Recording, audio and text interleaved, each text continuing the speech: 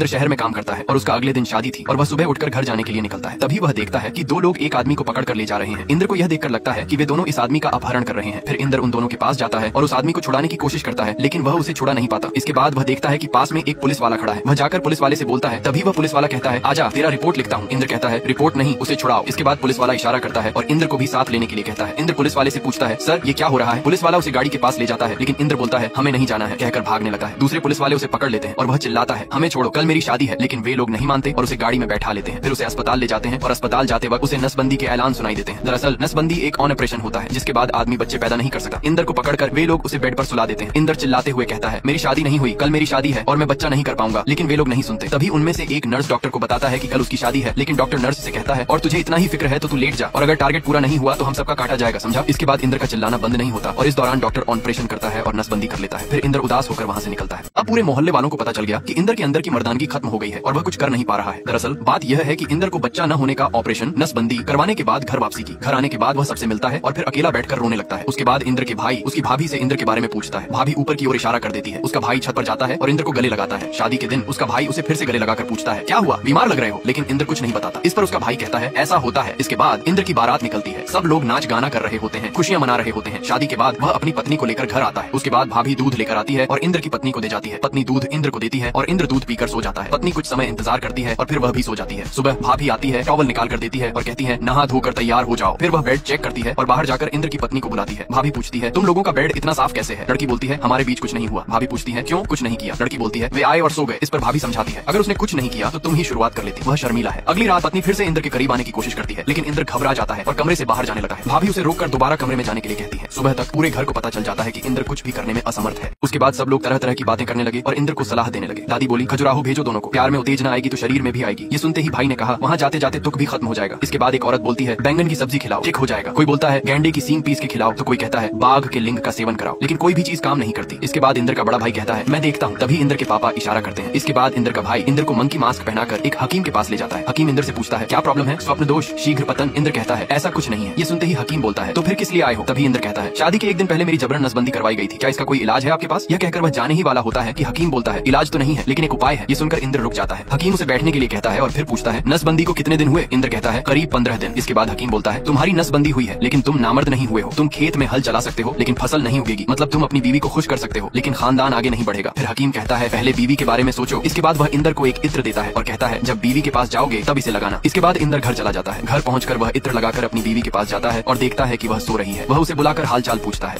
अब वे दोनों पूरी रात एक दूसरे के साथ बिस्तर पर रहते हैं। सुबह उठकर इंद्र देखता है कि लड़की बहुत खुश दिखाई दे रही है। इसके बाद वे दोनों साथ में घूमने लगते हैं, मूवी वगैरह देखने जाते हैं और मस्ती करते हैं। कुछ समय बाद इंद्र के शहर लौटने का समय आ जाता है। वह अपनी पत्नी से कहता है, मुझे भी तुम्हारी बहुत याद आएगी, जैसे ही छुट्टी मिलेगी मैं गाँव आ जाऊंगा। इसके बाद इंदौर शहर के लिए रवाना हो जाता है और लड़की उसे तब तक देखती रहती है जब तक वह नजरों से ओझल नहीं हो जाता। वहाँ पहुंचकर वह अपने दोस्त को मिठाई खिलाता है। कुछ दिन बाद इंद्र अपनी पत्नी के लिए एक चिट्ठी लिखता है जिसे पढ़कर लड़की चौंक जाती है। इसके बाद कुछ समय बीतने के बाद लड़की भी इंद्र के लिए एक चिट्ठी भेजती है। कुछ दिन और गुजर जाते हैं। एक दिन इंद्र और उसका दोस्त फैक्ट्री से घर लौटे हैं। तभी दोस्त को इंद्र के पिता की भेजी हुई एक चिट्ठी मिलती है। दोस्त चिट्ठी पढ़ता है जिसमें लिखा होता है कि इंद्र की पत्नी गर्भवती है और वह दादा बनने वाले हैं। यह सुनते ही इंद्र हैरान रह जाता है, जबकि उसका दोस्त चाचा बनने की खुशी में नाचने लगा है। लेकिन इंद्र सदमे में आ जाता है। दोस्त उससे पूछता है, क्या हो गया, तुम इतने टेंशन में क्यों हो? ये कहकर वह इंद्र को पकड़कर नाचने की कोशिश करता है, लेकिन इंद्र उसे धक्का देकर जमीन पर गिरा देता है। दोस्त फिर पूछता है, क्या हुआ? इसके बाद इंद्र अपने दोस्त को सारी सच्चाई बता देता है। ये सुनकर दोस्त भी हैरान रह जाता है और कहता है, इतना कुछ हो गया और हमें बताया भी नहीं। बिट्टू फिर वह इंद्र की पत्नी की फोटो देखते हुए कहता है, फोटो में तो भाभी जी बहुत शरीफ लगती हैं।